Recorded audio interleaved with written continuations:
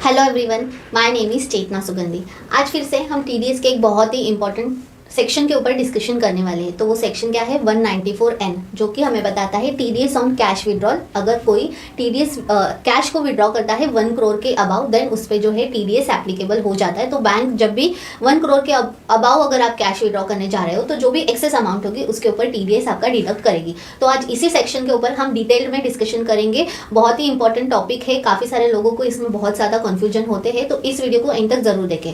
अगर आप हमारे चैनल पर फर्स्ट टाइम आए हो देन चैनल को सब्सक्राइब भी जरूर कर लेना। तो चलिए स्टार्ट करते हैं आज के वीडियो के लिए। जैसे कि आज का जो हमारा सेक्शन होने वाला है वो है 194N, जो कि मैंने बताया कि बात करता है टीडीएस ऑन कैश विड्रॉल। उसमें जो लिमिट है वो है 1 करोड़ की अगर एक्सीड करते हो तो। ओके, अब इसमें काफी सारे बहुत सारे इंपॉर्टेंट पॉइंट्स भी है। एक ये ओवरव्यू है, बट हम पहले इस सेक्शन के बारे में थोड़ा सा बैकग्राउंड समझ लेते हैं। अब ये जो सेक्शन था ना, ये पहले से नहीं था। बजट 2019 में इस सेक्शन को क्या किया? इंट्रोड्यूस किया। क्यों किया गया इसके बजट में? क्योंकि कैश के जो पेमेंट्स है उसे कम करना था। बहुत ज़्यादा हो रहे थे कैश के ट्रांजैक्शन, तो उसे डिस्करेज करने के लिए फिनांस मिनिस्टर ने इस 2019 के बजट में इस सेक्शन को इंट्रोड्यूस किया था। एंड ये एप्लीकेबल कब से हुआ था? 4 सितंबर 2019 से इसे एप्लीकेबल कर दिया था। दैट मीन्स फाइनेंशियल ईयर 1920 से इसे एप्लीकेबल कर दिया था। ठीक है, अब ये इंट्रोड्यूस तो कर लिया, लेकिन इसमें ना काफ़ी सारे लूप्स भी थे। तो बजट 2020 आया, उस समय अगेन फाइनेंस मिनिस्टर ने इसमें कुछ अमेंडमेंट किए। तो क्या किए कि अगर कोई tax pairs in the sense अगर कोई इंडिविजुअल है एंड अगर उन्होंने लास्ट प्रीवियस 3 इयर्स के अगर आईटीआर को फाइल नहीं किया होगा, देन उसके लिए जो ये लिमिट है 1 करोड़ की उसे डिक्रीज करके कर दिया 20 लाख। मीन्स अगर वो 20 लाख से ज्यादा का कैश विड्रॉ करते हैं तो उसके ऊपर जो है टीडीएस एप्लीकेबल हो जाएगा। अगेन उन्होंने बजट इसमें चेंज हुआ बजट 2023 में कि जो कोऑपरेटिव सोसाइटीज है उनके लिए ये जो लिमिट है 1 करोड़ की उसे इंक्रीज करके 3 करोड़ की कर दी कि अगर 3 करोड़ से ज्यादा का अगर कैश विड्रॉल होता है देन उस पे जो है टीडीएस एप्लीकेबल हो जाएगा। अब कोऑपरेटिव सोसाइटीज के अगर मेंबर कोऑपरेटिव सोसाइटी से अगर 3 करोड़ से ज्यादा का कैश विड्रॉ करते हैं देन ये टीडीएस की जो एप्लीकेबिलिटी है वो आ जाती है। टीडीएस डिडक्ट करने की इनकी रिस्पॉन्सिबिलिटी हो जाती है। हमेशा याद रखिए कि टीडीएस के कंप्लायंसेस के हिसाब से जो टीडीएस डिडक्टर होते हैं ये उनकी रिस्पॉन्सिबिलिटी होती है टीडीएस को डिडक्ट करना एंड टाइमली उसे डिपॉजिट करना उस डिडक्टी के पैन के सामने। ठीक है, तो ये था इस सेक्शन का एक ओवरव्यू। अब हम देखते हैं, जैसे कि मैंने आपको हमेशा बताया कि कोई भी सेक्शन को समझने के पहले हमें उसके 5 पॉइंट्स पता होना जरूरी है। डिडक्टर, डिडक्टी, अगर आप इसी वे में समझोगे ना देन आपको हर एक सेक्शन जो है वो इजी समझेगा। थ्रेशोल्ड लिमिट, इसके रेट, इसका नेचर ऑफ पेमेंट कि किस पर टीडीएस एप्लीकेबल होगा, इस सेक्शन में कौन से ट्रांजैक्शन को इंक्लूड किया जाएगा एंड अगर कुछ एक्सेप्शन केस है तो वो, एंड फिर लास्ट में हम देखेंगे केस स्टडी। तो इस हिसाब से आज का हमारा जो वीडियो है वो होगा। केस स्टडी में मैं आपको एग्जांपल्स बताऊंगी कि कौन से केस में कैसे टीडीएस को इसमें इस सेक्शन को कैसे यूज करेंगे। अब डिडक्टर कौन होंगे इसमें? जैसे कि कैश विड्रॉ हम हर एक पर्सन से नहीं करते, तो इस केस में जो डिडक्टर होगी वो कौन होगी? बैंक हो सकती है, क्योंकि हम बैंक से कैश विड्रॉल करते हैं। ओके, ठीक है, तो डिडक्टर कौन होगी? बैंक, कोऑपरेटिव बैंक, उसमें भी तो अकाउंट्स होते हैं, एंड पोस्ट ऑफिस। ठीक है, तो पोस्ट ऑफिस भी इसमें कवर हो जाते हैं। तो डिडक्टर कौन हुआ? Bank, cooperative bank and post office, जिसमें एक इंडिविजुअल्स के या कोई भी बिजनेस ओनर्स के जो है वो अकाउंट्स होते हैं। अब इसमें डिडक्टी कौन आती है? तो एनी रेसिडेंट पर्सन। ठीक है, अच्छा, इसमें और एक इंपॉर्टेंट पॉइंट है, अगर कोई एनआरआई किसी बैंक से कैश विड्रॉ करता है इंडिया में देन ऑल्सो ये जो सेक्शन है वो एप्लीकेबल हो जाता है। ये बहुत इंपॉर्टेंट पॉइंट है कि एनआरआई भी इसमें इंक्लूड किए जाते हैं डिडक्टी में। एंड इसमें कौन कौन होगा? तो इंडिविजुअल, एचयूएफ, उसके बाद में AOP, BOI, company, firm, LLP, इन सबको डिडक्टी में इंक्लूड किया जाता है। अब डिडक्टी में ना कुछ एक्सेप्शंस है, तो वो एक्सेप्शंस क्या है वो भी अभी हम समझ लेते हैं। ठीक है, तो डिडक्टी के कुछ एक्सेप्शंस हैं, जैसे कि एप्लीकेबल एक है और एक नहीं है। अब एप्लीकेबल किससे है? जैसे मैंने बताया individual, HUF, AOP, BOI, LLP, firm and company. ठीक है, अब नॉट एप्लीकेबल में कौन कौन आते हैं? अगर आप एनी पर्सन की डेफिनेशन देखोगे तो उसमें इसके अलावा भी और बहुत सारी चीजें हैं, जैसे कि गवर्नमेंट बॉडीज है, कोऑपरेटिव सोसाइटीज है, बैंक है, बहुत सारी एंटिटीज इसमें आती है। लेकिन इस सेक्शन के लिए दो पार्ट को हम देखेंगे कि इसमें किसे अप्लाई होता है। तो इन्हें अप्लाई होता है, अब ये जो पर्सन है ये कैश किससे विड्रॉ करते हैं? बैंक से। तो बट ऑब्वियसली बैंक को तो ये एप्लीकेबल नहीं होगा, तो इसमें आएगा, पहले तो आएगा गवर्नमेंट, कि अगर कोई गवर्नमेंट कैश के विड्रॉल करता है तो उसमें टीडीएस डिडक्ट करने की ज़रूरत नहीं है। क्यों? क्योंकि ये तो रैंडम हो गए। उसके बाद में एटीएम ऑपरेटर्स, किसी भी बैंक के एटीएम ऑपरेटर्स, फिर वो नेशनलाइज बैंक हो या कोऑपरेटिव बैंक हो, सबको इसमें इंक्लूड किया है। एपीएमसी ट्रेडर्स होते हैं जो कि फार्मर्स को पेमेंट करते हैं, एपीएमसी, काफी सारे एपीएमसी के बड़े बड़े मार्केट होते हैं, तो वहाँ के जो ट्रेडर्स होते हैं ना, वो क्या करते हैं? फार्मर्स से बल्क में सारा चीज परचेज करते हैं एंड उसके अगेंस्ट में वो उन्हें कैश के पेमेंट्स करते हैं। तो उसके लिए अगर वो कैश विड्रॉल कर रहे हैं तो उनके लिए भी ये जो सेक्शन है इसे एक्सेप्शन में डाला है कि इनका भी टीडीएस, अगर 1 करोड़ के अबाव भी अगर कैश विड्रॉल्स हो रही है, देन ऑल्सो उनके लिए जो टीडीएस है वो एप्लीकेबल नहीं है।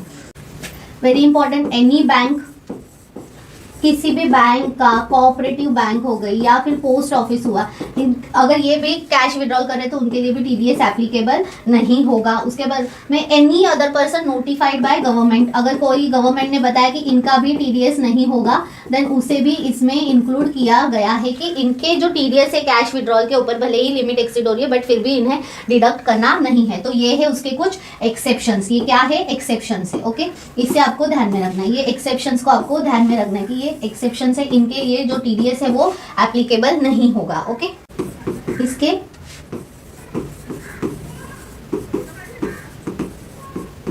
थ्रेशोल्ड लिमिट, अब थ्रेशोल्ड लिमिट में भी दो कैटेगरी हो जाती है, जैसे कि स्टार्टिंग में ही बताया कि बजट 20 में इसमें अमेंडमेंट किए थे, तो उस अमेंडमेंट के हिसाब से अगर कोई पर्सन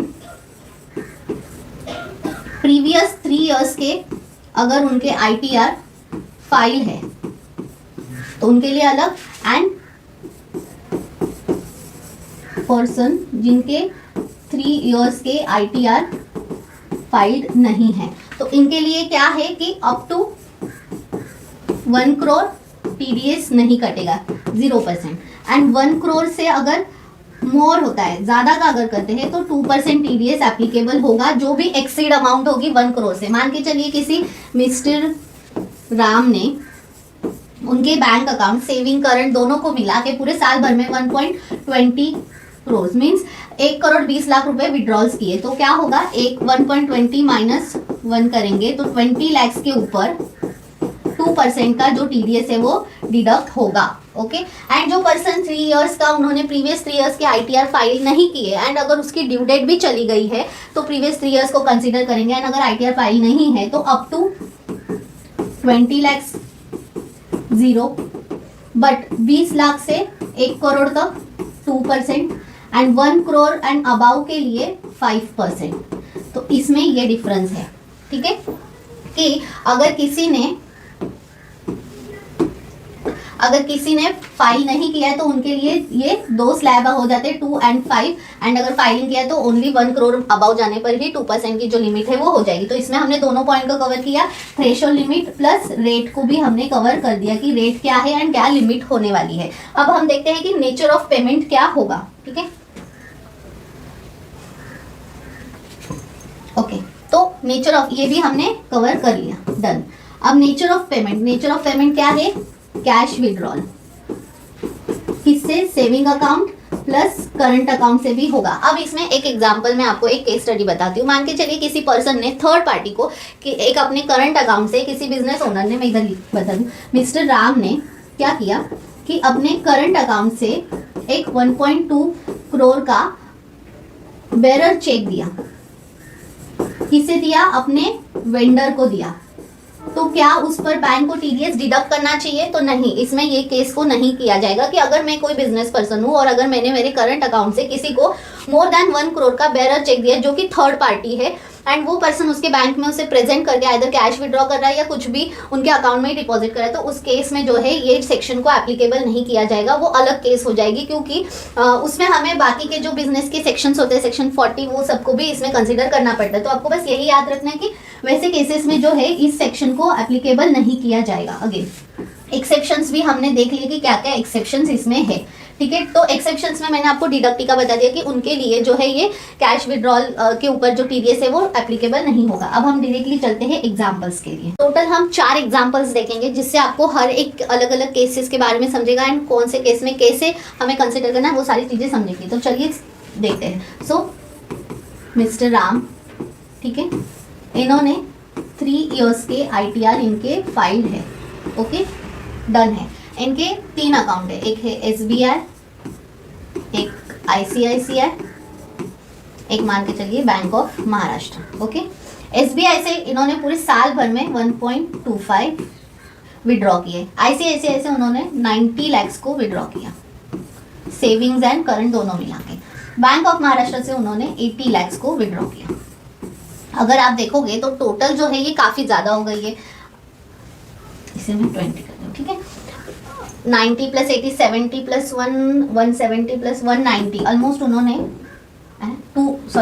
290 उन्होंने विड्रॉ किया है। तो क्या पूरे पे इसमें हमें जो टीडीएस है वो डिडक्ट करना होगा? तो नहीं, हमें क्या है, ये सेक्शन क्या बोलते हैं कि आपको ना पर्टिकुलर बैंक वाइज देखना है।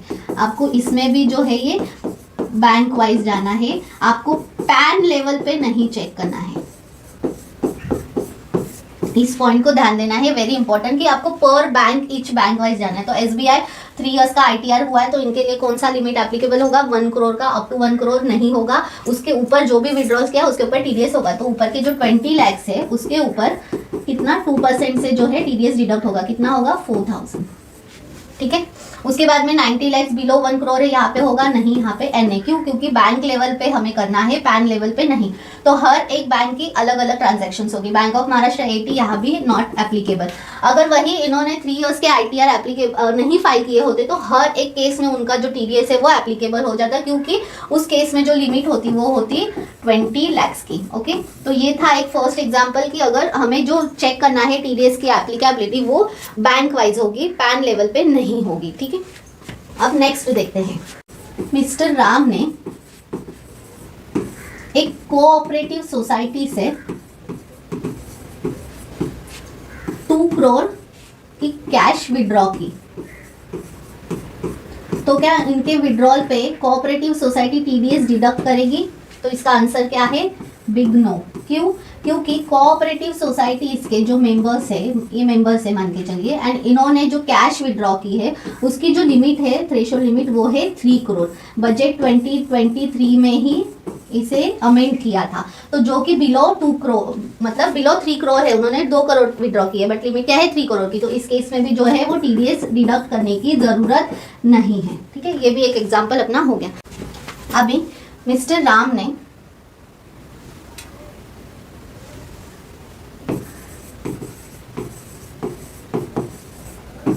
उनके SBI बैंक में सेविंग अकाउंट भी है एंड करंट अकाउंट भी है, ठीक है। उन्होंने क्या किया, अप्रैल में सेविंग अकाउंट से 2 लाख विड्रॉ किए, करंट अकाउंट से 15 लाख, फिर मई, जुलाई, सितंबर, दिसंबर, ठीक है। यहाँ पे हम करेंगे टोटल। मई में भी उन्होंने इधर 3 किया, यहाँ पे 5, यहाँ 2, यहाँ पे 1, ओके। यहाँ पे उन्होंने किया 25, यहाँ 40, 50, 10। तो इसकी टोटल कितनी हुई? इसकी टोटल हुई 5, 10, 30, ओके। इसकी कितनी हुई? 40, 80, 130, 140, 1.40, ठीक है। तो अब अगर इस केस में हमें देखना है तो क्या TDS एप्लीकेबल है? तो ये आप बोलोगे कि इस पे एप्लीकेबल है, इस पे नहीं है। तो नहीं, हमें अगर TDS का कैलकुलेशन करना है तो उसमें हमें क्या करना होगा?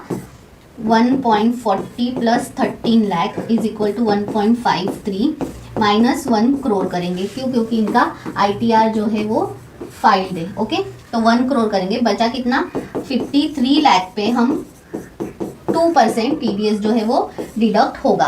क्यों होगा? क्योंकि इनके लिए जो लिमिट है वो है 1 करोड़ की, ओके। अब लास्ट एग्जांपल जो कि बहुत ज़्यादा इंपॉर्टेंट है वो आपको ध्यान से देखना है। लास्ट एग्जांपल हम इस पे देखते हैं। मिस्टर राम SBI में अकाउंट है, ओके, एंड इनके केस में हमने देखा तो इनका ITR जो है वो 3 इयर्स का फाइल नहीं है एंड ड्यू डेट जो है वो भी चली गई है। तो फाइनेंशियल ईयर 23-24, ओके।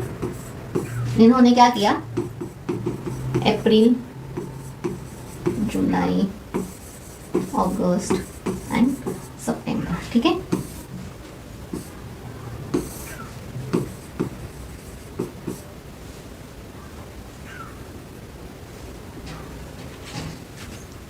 अप्रैल में उन्होंने विड्रॉ किए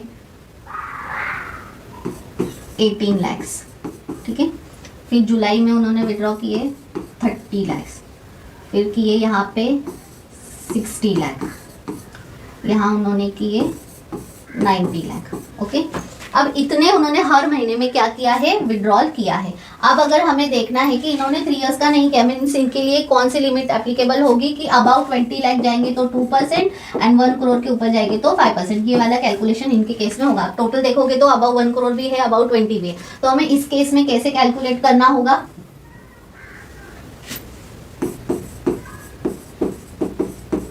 ठीक है। यहाँ हम क्या करेंगे, एग्रीगेट करेंगे, ओके।